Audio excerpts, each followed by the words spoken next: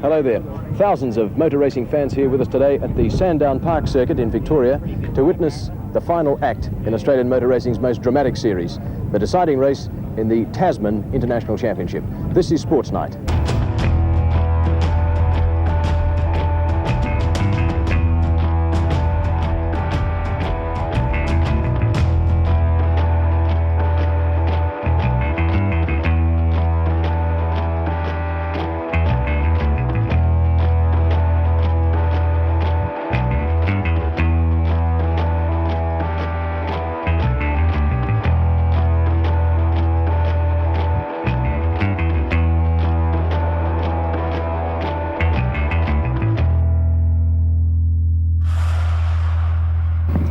The excitement here today at Sandown is unprecedented, and in a sense it's unexpected, because the Tasman series began under something of a cloud of criticism, when it was felt that there were not quite enough international drivers in the event to make it exciting. Now the Tasman has, over the last 8 races, really come out from under that cloud into a brilliant sunny day and a brilliantly set up ending, because after 8 races there are 3 drivers locked together on 30 points each, and just this race to decide the championship.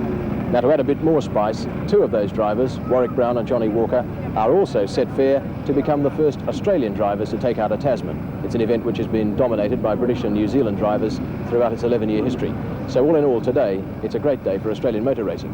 Graham Lawrence, the 33-year-old New Zealander, took out the Tasman in a Dino Ferrari in 1970. Today, he's driving a Lola. Warwick Brown, 24, from Sydney. 2 years ago, doctors gave him next to no chance after a smash at Surfers Paradise. Johnny Walker, 29, from Adelaide, sponsors himself the obvious favourite with the crowd. He's driving a Lola, and to remain financial, today he's got to win. And with a crowd of more than 30,000 watching, the 23 cars in the field are away in the final of the 75 Tasman Series.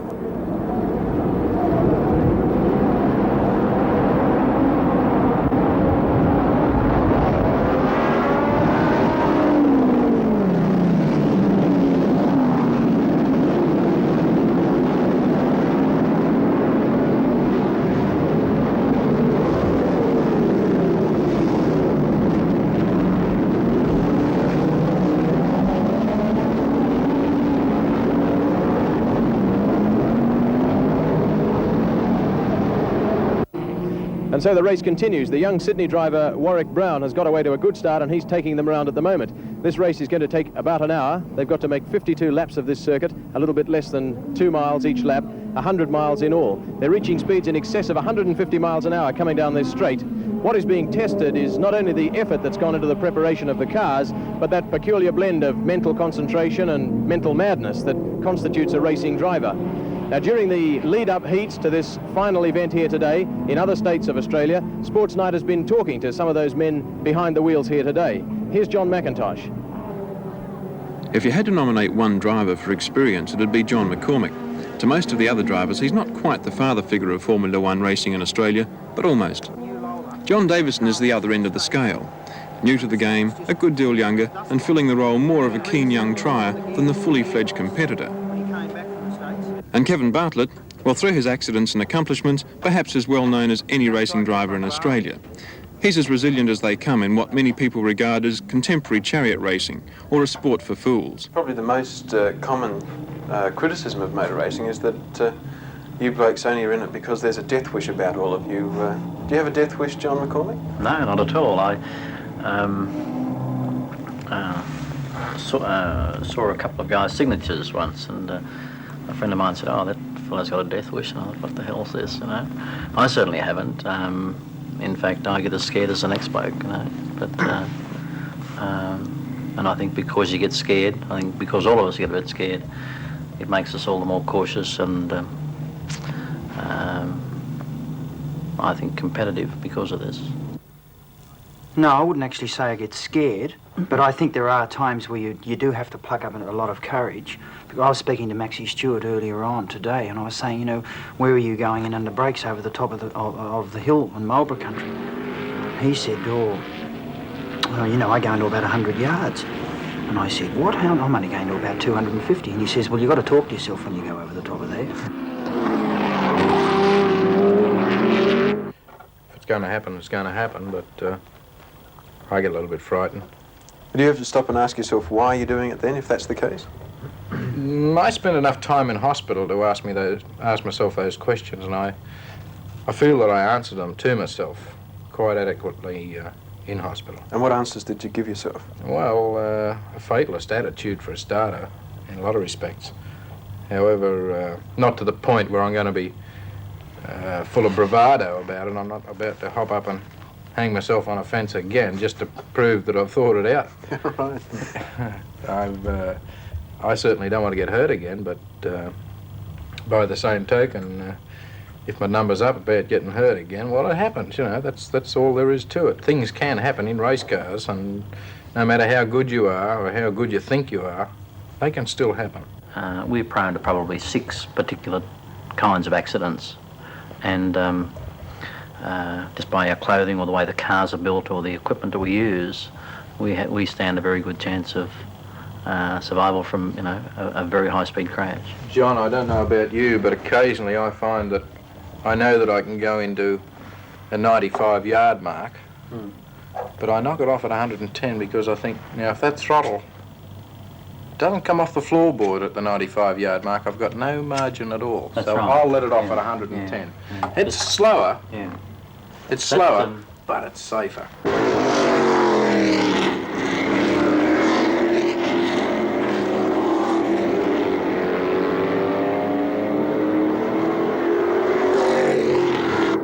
Kevin, you'd be the worst affected by injuries, wouldn't you, of the 3, I'd say? Oh, physically maybe, but not mentally. Which is very important. It's important to me. But my thought was that when you have been in a severe accident, what thoughts go through your mind? As it's happening, I can't say it because you don't allow words like that. But it's quite a violent thing. There's only one word that comes out, and usually it's a 4-letter word. And you don't have time to think of anything else. You don't have time to think of what is happening, you know. It's all happening about you, but you just don't think of that sort of thing. You think of why you're doing what you're doing, you know. When we have an accident, usually it's our own private accident. If you're driving along on the open road and you're doing 80 miles an hour or 60, whatever the limit is, 80 say, and you've got another guy coming at 80, well, your possible impact speed's 160, which is higher than what we sort of normally crash at. You seem to be doing 20 things at once when you're running close with another chap and your brain's spinning flat out, all the wheels are going. But when this failure happens and you realise you're going to hit the fence, it all sort of slows down and you think, oh, hell, I'm going to hit here, you know. There's nothing I can do about it. You put the brakes on and it won't stop. You turn the wheel and it won't turn. And so you just hang on. You're strapped in and you've got your fireproof gear on and all the rest of it. You've got all this preventive maintenance that's been done on the car, crushable structures and so forth. And there you are sitting there having your own private accident, getting ready to survive. Back at Sandown and up the back straight, Brown's just in front of Goss on the outside with Johnny Walker on the inside. And watch Walker's car on the inside of the track.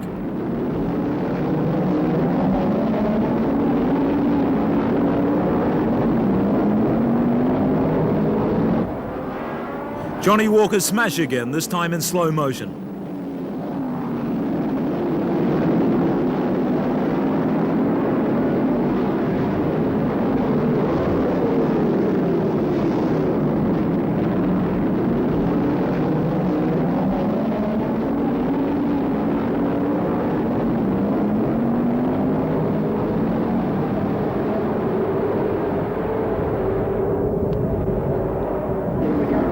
But the smash hasn't affected the race, although Goss has moved up to take second place with Max Stewart in third as they spear through Dunlop Corner and move into the main straight. Warwick Brown's got about a 3 or 4 second lead over Goss as they break to go round Shell Corner and into Pit Straight. It looks like developing into a tussle between the 2 Sydney drivers.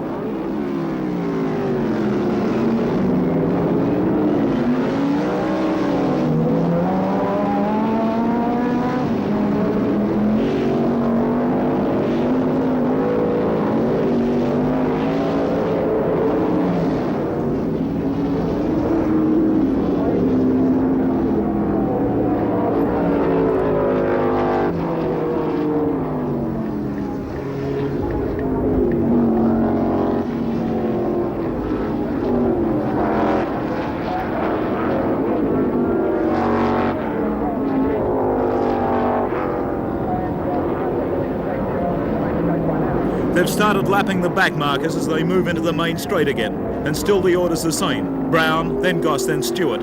The blue flag's out, and Warwick Brown's moving through at, say, 160, 170 into the sharp left at Shell corner.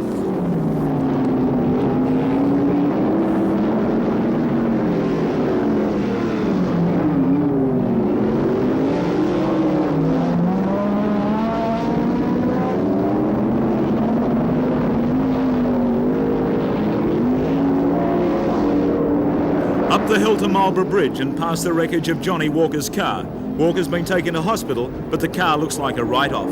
The order down the back is Brown, Goss, Stewart and McCormick, only seconds between them. And it's those seconds that make all the difference in this race. John McIntosh spoke to McCormick as he worked on his car for this race. Thousands of dollars are spent in practicing and perfecting, testing tyres, engine and suspension. John McCormick uses the International Raceway in Adelaide as his test track and regards these preliminaries as possibly the most vital part of his Tasman challenge. No honesty. Not initially. Back to how we finished up last week. Yeah, it wasn't too bad then. But it's wandery now. Could you just sort of lay off? The whole process of testing the car is a tedious one, at times even trial and error. In fact, at times it wouldn't be at all that pleasant if you had to do it regularly in hot conditions like these.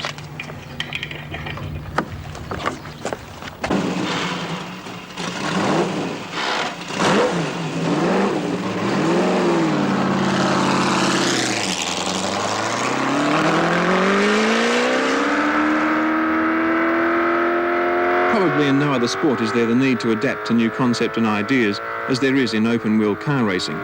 As technology moves, so does racing. And that's the kind of speed which makes keeping up with the Joneses a must.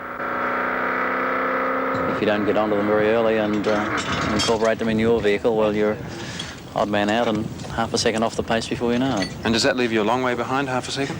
Yes, the cars are so fast that, well, if in qualifying, if you're a half a second too slow in a 50-lap race, you're 25 seconds behind, and at 150, that's a long way. When competition can be timed to the nearest half second, you'd expect bitter rivalry between racing teams, but they exchange quite a lot of information. General information we do. I think the mechanics share general information, like what, if you arrive at a new circuit, one mechanic may ask the other mechanic what gear ratios he's using, and the other mechanic will tell him because it saves the other guy a lot of work. I mean, we'll eventually end up using the same ratios. Well, perhaps without giving any secrets, what sort of things would you like not to tell other drivers?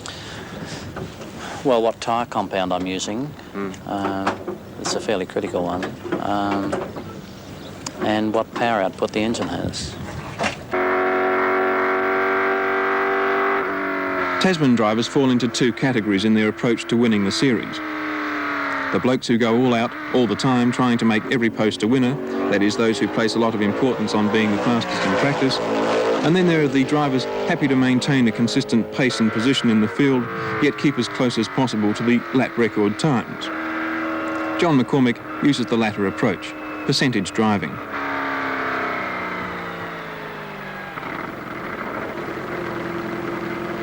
Very often those last few tenths of a second that you try and clip off a lap time does untold damage to the car. You're bouncing it off curbs and over-revving the engine and so on, and invariably this causes breakages and so forth. So it doesn't pay to, I don't think, to abuse the machine just to be the fastest man in practice. Well, let's see what you get out of this lap.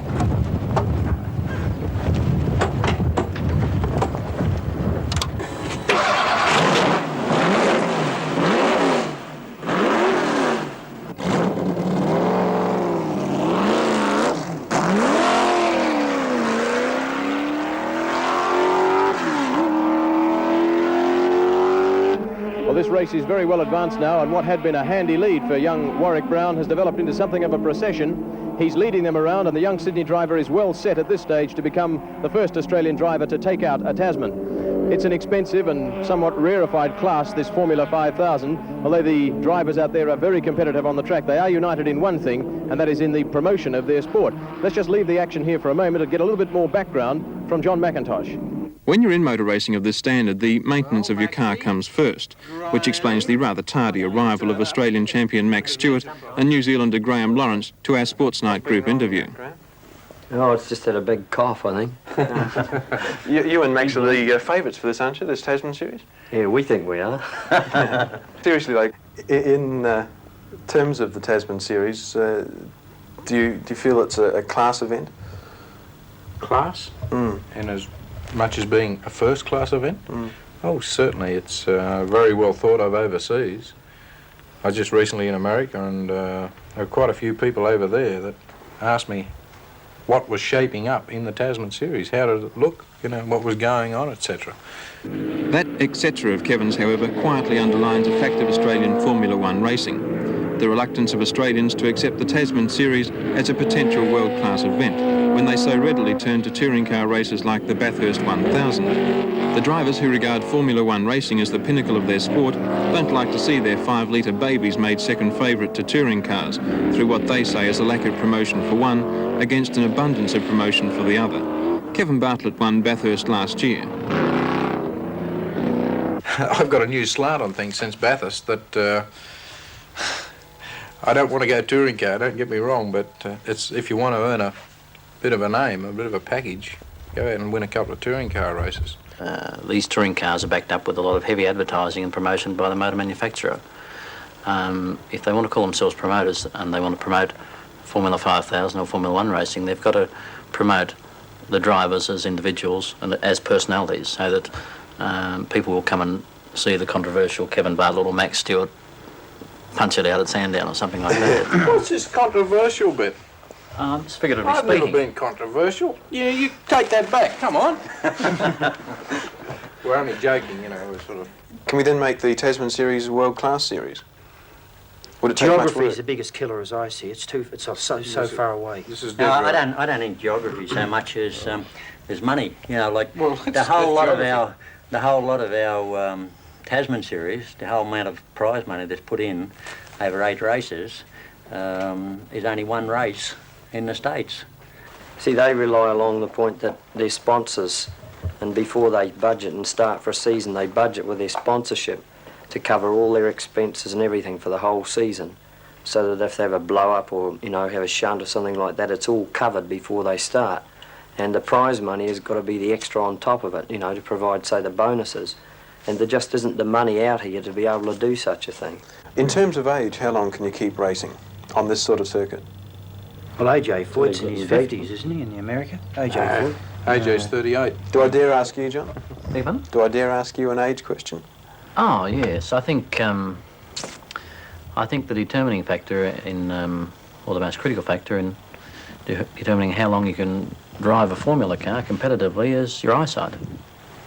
That's what I feel anyway. And whilst you've got a good eyesight and reasonable physical condition, there's no reason why you can't be running them at 45 years of age. So, In that case, what makes a good driver, do you think? dedication. But do you need to physically train for it, Max? I don't know what you're talking about, physical training. What do you mean? Do any of you know what I'm talking about? Do any of you train physically? I train about 3 or 4 nights a week, just calisthenics and running. Really? Yeah, but That's I why don't John's let not it... going real well at the moment, sir. Physical fitness is not the thing, it's a mental Yeah. alertness. Yeah. If you're physically fit, you're mentally alert. This does happen, but if your mind is working correctly, it's all in the head. The whole thing is in the head. You've got to have certain... If your arms are aching, Kevin, you can't. You're Yes, off. but you've got to be reasonably fit. Oh yeah. I mean, you can't be an utter out-and-out slob about it, but if your mind is fit, it takes a lot of the strain off you physically. Oh yeah. Don't you find, though, that if you say, had a couple of weeks where you've really done, say, perhaps some good exercise of sorts, that you can run a race better, though? I think the more race driving you do, the more switched on you get all the way through. There's no two ways about that. At the end of a Tasman series, you'll be much sharper than what you are. This is the problem in this country. We don't have enough races. Do you all prefer driving in Formula One? Yeah, Definitely. Just as blokes, and the way they help each other out, and the fact that they're vitally interested in what everyone's doing, and they ask what problems you've got, and can I help you with any bits, blokes? And I think you'll find this is... Are they all going to be like that at the end of the series, though? No, they'll be frightened like cats and dogs. Would you still be willing to give, say, a set of brake pads to your nearest opponent at the 7th race? can't see why not. You know, like KB and I have been doing this for years. I know, like in last year's Tasman series, after I blew a motor at Surfers Paradise, I was fresh out of them, and I carried one thankfully I just had to carry it the whole time, but Kevin's made it in the back of my truck. So, you know, like it was there as a standby the whole time, and this is the way it goes. We sort of don't seem to think much of borrowing or lending to one another. But by the same token, Max, I had no use for a motor. That bed I was driving doesn't handle too well. Back at Sandown and 2 laps to go. Brown still in the lead, chased by John Goss. Graham Lawrence dropped out at the 43rd lap with fuel pressure problems, but it looks like Warwick Brown's out of the race. He's heading for the pits. Brown's got to finish to pick up his points to take out the Tasman, but there's no way he can win this race, and John Goss takes the lead.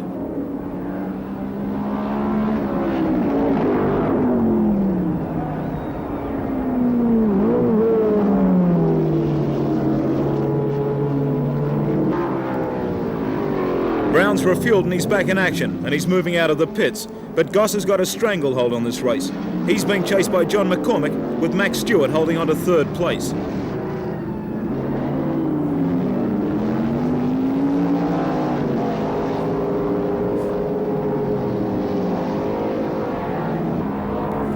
And it's over, with Goss crossing the line in front of McCormick and Stewart. But with Lawrence and Walker out of the race, the Tasman Series goes to Warwick Brown, who'll pick up a point for finishing. For the young Sydney driver, it's a great moment.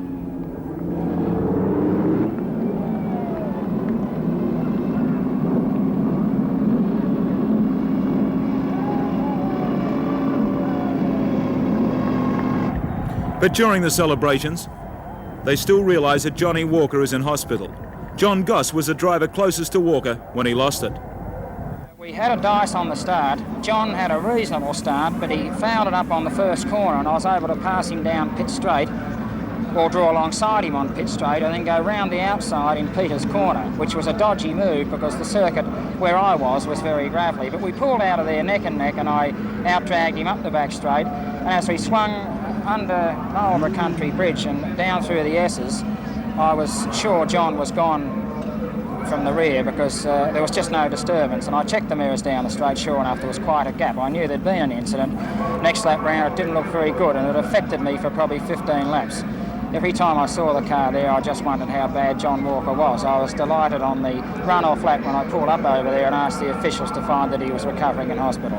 For Warwick Brown, the Tasman title and the introduction he needs to the big time. He's got the title, but is this the way he would have preferred to have won?